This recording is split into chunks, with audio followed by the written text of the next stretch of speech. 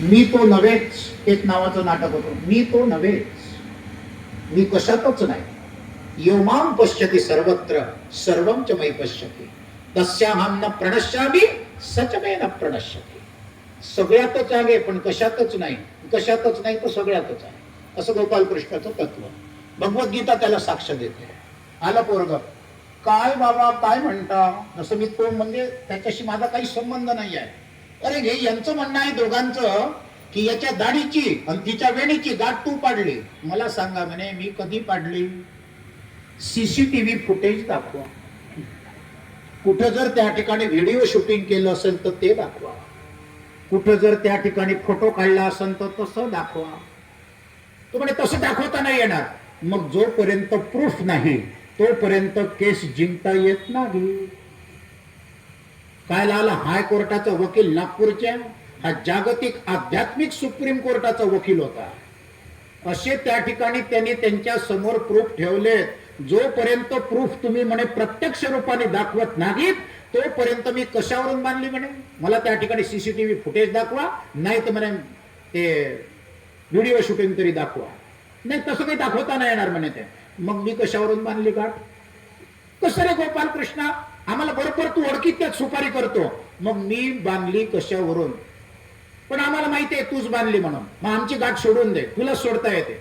बांधली तर त्यांनीच होती. तो म्हणे फुकट कोणचं काम जमते का? डॉक्टरकडे गेले तर फीस द्यावीच लागते, नाही? किराण्याच्या दुकानात गेलो तर पैसे दिल्याशिवाय तो किराणा देत नाही, ग्रोसरी देत नाही. ट्युशन लावली तर त्या मास्तरला त्या ठिकाणी पैसे दिल्याशिवाय, त्या लेक्चररला पैसे दिवाय तो तुम्हाला शिकवत नाही. कुठेही पैसाच आहे ना. तर म्हणे मला पैसा बिसा तर नको आहे, पण एक ऍग्रीमेंट तुमच्याकडून करून घेतो म्हणे 1000 रुपयाच्या 500 रुपयाच्या स्टॅम्प पेपरवर. कारण माझ्या 100 रुपयाचा स्टॅम्प पेपर सध्या बंद झालेला, त्याच्यामुळे 500 रुपयाच्या स्टॅम्प पेपरवर ऍग्रीमेंट करून घेतो. म्हणे काय? तुमचं अंगण जर आम्हा मुलांना खेळायला देत असाल, पहा आता कसं बरोबर पकडलं तरी अडकीत त्यात. तुमचं जर अंगण आम्हा मुलांना खेळायला देत असाल तर मी आत्ताच्या आत्ता गाठ सोडतो, नाही तर म्हणे back to pavilion, get out from here. चला चाल म्हणे त्या ठिकाणी वापस जा. त्या ठिकाणी दोघे जण चुपचाप बसले. तो चिडला आपल्या बायकोवर. अगं हो म्हणणं म्हणे त्याला, ते सगळे पोरं हसून राहिले ना, आता तो हो म्हण. म्हणे ठीक आहे हरकत नाही. म्हणे हो हरकत नाही, नाही सह्या करा म्हणे स्टॅम्प पेपरवर, का तुमचं अंगण आजपासून आम्हाला संध्याकाळी खेळायला मिळेल. दोघांनी सह्या केल्या. आता गोपालकृष्णच होता तो. अनेकांच्या गाठी सोडणारा गोपालकृष्ण होता. ही गाठ काय लावली? एक झटका दिल्या बरोबर नवऱ्याला बायकोपासून अलगच करून टाकलं. गडे मग आपल्याला विनोदात्मक त्या ठिकाणी अशा या लीला वाटतात, परंतु गोपालकृष्णाच्या प्रत्येक लीलेतून काहीतरी शिकण्यासारखं आहे, हे लक्षात घ्या. आमच्या जीवनामध्ये अशाच गुंतागुंतीच्या गाठी असतात, हे लक्षात घ्या. अशाच त्या ठिकाणी एकमेकाच्या मत्सराच्या, क्रोधाच्या, रागाच्या गाठी असतात. नवऱ्याचं बायकोशी पटत नाही, बायकोचं त्या ठिकाणी आपल्या भावाशी पटत नाही, अशा अनेक गुंतागुंतीच्या गाठी असतात. परंतु त्या गाठ सोडवण्याकरता तुमच्या आमच्या पाठीशी एक वरद हस्त पाहिजे असतो. जो वरद हस्त आज आम्हाला जर कोणाच्या रूपाने प्राप्त झाला असेल तर त्याचं नाव श्री संत अच्युत महाराज आहे, हे लक्षात घ्या. म्हणून सद्गुरु सारिखा असता पाठी राखा, इतरांचा लेखा कोण कर. संत अच्युत महाराज पादुकांच्या रूपाने आपल्यामध्ये उपस्थित आहेत. त्या पादुकांना गंमत नका समजू. जे मागान ते त्या पादुका दिल्याशिवाय राहत नाही, हे लक्षात घ्या. इतकी ताकद आहे त्या पादुकांमध्ये. तुम्ही म्हणाल लाकडाच्या, अबे लाकडाच्या नाही आहे ते. मला अनेक जण म्हणायला लागले महाराज म्हणे त्याला चांदी लावा, सोनं लावा. चांदी सोनं लावायला मला काही लागत नाही त्याला, पण महाराजांनी चंदनावर पाय ठेवला, चांदीवर नाही ठेवला, हे लक्षात घ्या. चांदीचं कोटिंग केलं तर पादुका आतमध्ये दबून जातील त्याच्यामुळे त्या पादुका अच्युत महाराजांनी, सिद्ध महापुरुषांनी 3 दिवस पायात घातलेल्या आहेत. त्याच्यामुळे एखादा साधू, हे ख्याल में रखना की एखादा साधू हा तकलादू असू शकतो, परंतु मात्र त्याच्या चरणस्पर्श झालेल्या पादुका या कधीच त्या ठिकाणी तकलादून असतात. त्याच्यामध्ये सामर्थ्य, त्याच्यामध्ये शक्ती, त्याच्यामध्ये चैतन्य. म्हणून आजही तुम्ही गुरुदेव दत्तात्रयाच्या परंपरेमध्ये पहा, दत्तात्रयाच्या पादुका. रामदासी पंथामध्ये सुद्धा सद्गुरु प्रल्हाद महाराज, ब्रह्मचैतन्य गोंदवलेकर महाराज, सद्गुरु रामानंद महाराज, सद्गुरु श्रीराम महाराज यांच्या सुद्धा पादुका आज पूर्ण महाराष्ट्रात जागोजागी फिरतात. तुमच्या नागपूरमध्ये सद्गुरु प्रल्हाद महाराजांचे 5 मंडळ आहेत रामदासी पंथातले, माहित आहे? हो. हा. आणि त्या 5 याचे जे प्रमुख आहेत ते माझ्या प्रवचनात असतात रामनगरला. सद्गुरु प्रल्हाद महाराजांच्या 5 मंडळांचे जे प्रमुख आहे, बावणे का काय त्यांचं नाव? बावणेच ना?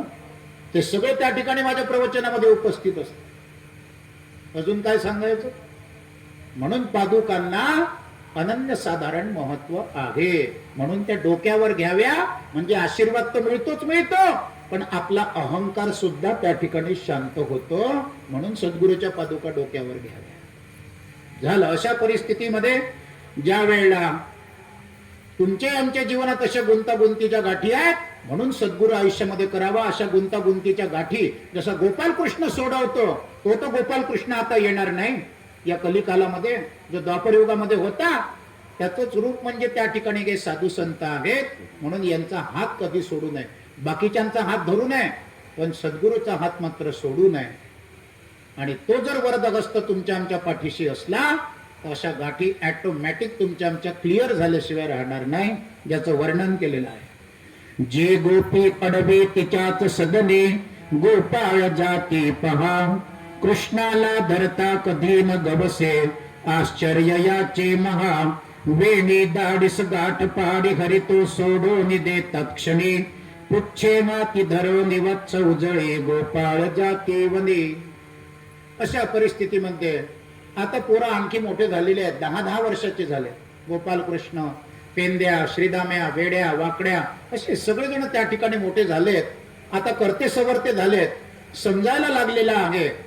आणि ते आपल्या आई वडिलांना सांगतात, बाबा आता आजपासून तुम्ही गायी चारायला न्यायच्या नाही. आता आम्ही जात जाऊ, आता आम्ही मोठे झालेलो आहोत, समजूतदार आहोत. गोपालकृष्ण सगळ्या सवंगड्यांना घेऊन प्रत्येकाच्या घरच्या गायी चारायला वृंदावनात जात असे. कुठे जात असे? वृंदावन. वृंदावन म्हणजे काय? कोणी भागवतकाराला विचारलं नाही का कधी वृंदावन म्हणजे काय?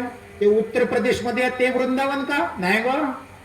ज्या ठिकाणी, ज्या वनामध्ये, वृंदावनचा अर्थ ऐकून घ्या, ज्या वनामध्ये माणसाचं वृद्धपण जाते आणि त्याच्यामध्ये एक नव चैतन्य, नव स्फूर्ती, एक शक्ती, एक सामर्थ्य निर्माण होते, अशा वनाला त्या ठिकाणी वृंदावन म्हणतात. नवस्फूर्ती तरुणा आली, देशाची चिंता वारली, लावती प्राणपणाला.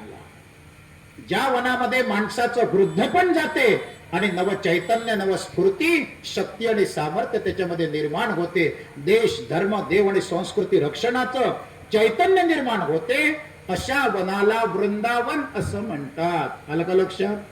मग तुमच्या नागपूरमध्ये नाही आहे का? आहे ना, रेशीमबाग मैदान. डॉक्टर हेडगेवार राष्ट्रीय स्वयंसेवक संघ, ज्याला 100 वर्ष पूर्ण झाले, आजच फार मोठं त्या ठिकाणी संतांचं हिंदू संमेलन त्या ठिकाणी आहे. तुमच्या नागपूरमध्ये आहे, तिथेही मला बोलावणं आहे रेशीमबाग मैदानावर, आणि इकडे कारंजा घाडगेलाही आहे. पण या कार्यक्रमामुळे मी त्यांच्यामध्ये आज सामील नाही होऊ शकलो. असो, अशा परिस्थितीमध्ये आपलं संमेलन इकडेच चालू आहे. सगळे आपली मंडळी एकत्रित आलेली आहे, म्हणजे झालं आपलं संमेलन. संमेलनापेक्षा काय कमी आहे? एवढ्या मोठमोठ्या हस्ती त्या ठिकाणी आपल्या प्रवचनामध्ये उपस्थित आहेत. याच्यापेक्षा कोणतं संमेलन पाहिजे? संमेलनाचे मेन प्रमुख संत सयाजी महाराजच आपल्याला भेट देऊन तिथं जातात. आपला भागवत सप्ताह तसाच पूर्णत्वाला गेला. लक्षात घ्या. संमेलन प्रमुख आपल्याला भेटून जातात. केवढं प्रेम आहे. आज सयाजी महाराजांचं वय किती आहे? 79 वर्षाचा आहे, 79. आणि एवढा मोठा महात्मा त्या ठिकाणी आपल्याला इथे केवळ सचिनदेव महाराजांनी मला बोलावलं आणि त्यांच्या प्रेमासाठी मी इथपर्यंत येऊन पोहोचलो. याच्यापेक्षा काय पाहिजे अजून तुम्हाला सांगा? लखोपती, करोडपती, अरबोपती, खरबोपती, उद्योगपती यांना जे भाग्य नागी, हे पैसा काय हो, आज आहे उद्या नाही आहे. पैशाला काय चाटता? धन दौलत महाल माडी वाडी गाडी बंगला सगळं त्या ठिकाणी झूट आहे. खरं जर तुम्हाला मला प्राप्त करायचं असेल तर सिद्ध महात्म्यांचं प्रेम, त्यांची आत्मीयता, त्या ठिकाणी त्यांचा जिव्हाळा प्राप्त करा. आता ऋतू कोणता चालू होतो? उन्हाळा. आत्ताच मला त्या ठिकाणी संत सयाजी महाराजांनी सांगितलं, म्हणे महाराज सगळे त्या ठिकाणी वेळा भेटू शकतात, फक्त एकच त्या ठिकाणी वेळा भेटत नाही.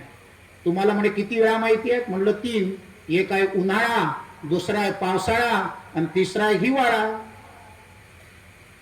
सहजच त्या ठिकाणी सयाजी महाराज म्हणतात, म्हणे महाराज असे तर उन्हाळे, पावसाळा आणि हिवाळा अनेक तुमच्या आमच्या जीवनात येईल, पण आज या डाबा आणि आकांक्षा सोसायटीमध्ये तुमचं भागवत होते आहे. हा उन्हाळा नाही, हा पावसाळा नाही, हा हिवाळा नाही, हा तुमचा जनतेप्रती असणारा त्या ठिकाणी जिव्हाळा आहे. हे लक्षात घ्या. नागी उन्हाळा, नागी पावसाळा, नागी हिवाळा, हा जनतेप्रती तुमचा जिव्हाळा आहे, एवढं लक्षात ठेवा म्हणे महाराज. असा आशीर्वाद देऊन महाराज निघून चालले गेले. काय पाहिजे अजून मी सांगा? एकमेकाप्रती जिव्हाळा असावा, एकमेकाप्रती प्रेम असावं. त्यांनी संघटित त्या ठिकाणी होण्याचं काम होते. दुसऱ्या हिंदू संघटनेमध्ये जायची गरजच नाही. आपण सगळी स्त्री शक्ती एकत्रित येतात, हे सगळ्यात मोठं संघटन आहे. सहजच त्या ठिकाणी गोपाल कृष्ण आपल्या मित्रांना वृंदामध्ये घेऊन गेला. सगळ्या गायी चारायला सोडलेल्या आहेत. आता फावल्या वेळामध्ये काय करायचं शिकवलं, पूजन शिकवलं सगळ्या मित्रांना आपल्या. आणि तिथे बांबूचं वन आहे, वृंदावनामध्ये बांबूचं वन आहे. आणि ते एक बांबू तोडला, सराटा गरम केला आणि त्याला छिद्र पाडलेत, 6 छिद्र पाडलेत. आणि सहजच त्याच्यामध्ये त्या ठिकाणी जसे बोट टाकलेत, त्याची काय तयार केली? मुरली, ज्याला आपण बासरी म्हणतो, जिच्यामध्ये मीपणा अजिबात नाही आहे, जिच्यामध्ये मीपणा नाही आहे. गोपाल कृष्णाच्या गोपिकांनी एक दिवस बासरीला विचारलं, म्हणे का ग बासरी? म्हणे बोला. म्हणे तू गोपाल कृष्णाच्या कमरेला 24 तास लटकून राहते. तो म्हणे गो मी जर गोपाल कृष्णाच्या सहवासात राहते तर तुमचं कोण पोट दुखते? म्हणे आमचं पोट दुखत नाही, आम्हाला समजावून सांग. अशा जगद्गुरूचा सत्संग कोणाकोणाला लाभतो, आम्हाला समजावून सांग. सहजच बासरीने सांगितलं, मला 6 छिद्र आहेत, कोणी यावं आणि माझ्यामध्ये फुंकर मारावी, लगेच मी वाजायला सुरुवात करते. माझ्यामध्ये जातीयता नाही, माझ्यामध्ये धर्मांधता नाही, माझ्यामध्ये पंथांधता नाही, माझ्यामध्ये त्या ठिकाणी मीपणा नाही, अहंकार नाही. म्हणून बासरी कधी तयार होते माहिती आहे? बासरी कधी कधी तयार होत असते ज्याच्यामध्ये मीपणा आहे, या कोणत्याच तिथीला बासरी तयार होत नाही. बासरी तयार होते प्रतिमा, प्रतिमा, प्रतिमा झाल्याबरोबर द्वितीया, द्वितीया झाल्याबरोबर तृतीया, तृतीया झाल्याबरोबर चतुर्थी, या 4, त्याच्यानंतर षष्ठी, या 5 तिथ्यांना फक्त बासरी तयार होत असते. हे लक्षात घ्या. प्रतिपदा, द्वितीया आणि षष्ठी यालाच फक्त बासरी तयार होत असते. का बरं? ज्याच्यात मी हा शब्द आहे, ज्याच्यामध्ये मीपणा आहे, अशा कोणत्याच तिथीला बासरी तयार होत नाही. तुम्ही म्हणाल हे समजून नाही राहिले गे, चतुर्थी नंतर षष्ठी कसं काय? कारण मधामध्ये पंचमी, सप्तमी, अष्टमी, नवमी, दशमी, ज्याच्यामध्ये मीपणा आहे अशा कोणत्याच तिथीला बासरी तयार होत नसते. प्रतिमा, द्वितीया, तृतीया आणि चतुर्थी आणि षष्टीलाच फक्त बासरी तयार होत असते.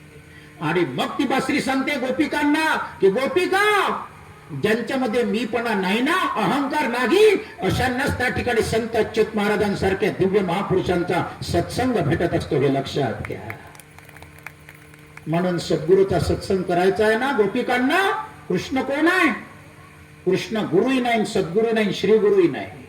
कृष्ण कोण आहे? कृष्ण वंदे जगद्गुरु, जगद्गुरु आहे तो. तो गुरु पण नाही आहे, तो सद्गुरु पण नाही आहे, तो महागुरु पण नाही आहे, तो श्री गुरु नाही आहे, डायरेक्ट तो विश्वचा गुरु आहे. अशा विश्वगुरूची संगती करायची असेल तर मीपणा सोडावा लागतो. म्हणजे त्याचा सहवास 24 तास त्याच्या कमरेला मी का अटकून असते? तर मी माझा मीपणा सोडलेला आहे. पंचमी, सप्तमी, अष्टमी, नवमी, दशमी. म्हणून बासरी तयार करतात. हे जे प्रोफेशनल गायक जे बासऱ्या गातात ना, हे कधीच या तिथ्यांना तयार करत नाहीत बासऱ्या. प्रतिपदा, द्वितीया, तृतीया, चतुर्थी आणि षष्ठी, कारण याच्यामध्ये मीपणा नाही आहे. आणि म्हणून ज्या वेळेला त्यांनी बासरी वाजवली गोपाल कृष्णाने कानाने, त्यावेळेला सगळ्या गोपिका धावत आल्या. इतकी सुंदर बासरी कोणाची वाजते आहे. तिन्ही लोकांचं मन वेधून घेतलं. स्वर्ग, मृत्यू, पाताळ याच्यातल्या देवदेवता सुद्धा त्या ठिकाणी कान लावून बघतात आहेत. अहो, एवढंच नाही तर ज्या गायी चारायला त्या ठिकाणी वृंदामध्ये सोडल्या होत्या, त्या गायी सुद्धा कान टवकारून ऐकतात आहेत. आणि 1 लिटरच्या जागेवर कृष्णाची बासरी ऐकल्याबरोबर असं सांगते भागवत, 1 लिटरच्या जागेवर एक गाय 5-5 लिटर दूध देत होती. ही आमच्या गोपाल कृष्णाच्या बासरीमध्ये ताकद होती, सामर्थ्य होतं, चैतन्य होतं. हे लक्षात घ्या. सगळ्या जणी आपल्या सूतबूत खोलून बसायच्या आणि मग त्या गोपिका त्या गोपाल कृष्णाला म्हणायच्या, जरा थोडीशी हळू वाजवत जा ना बासरी. म्हणे, का बरं? तुझी बासरी ऐकली की आम्ही हातचे काम सोडून येतो म्हणे. तुझ्या बासरीमध्ये जरा धीरे से बजाना बंसी बजाने वाले, जरा धीरे से बजाना बंसी बजाने वाले, बंसी बजाने वाले, मुरली सुनाने वाले, ओ बंसी बजाने वाले, ओ मुरली सुनाने वाले, जरा धीरे से बजाना बंसी बजाने वाले, जरा धीरे से बजाना बंसी बजाने वाले.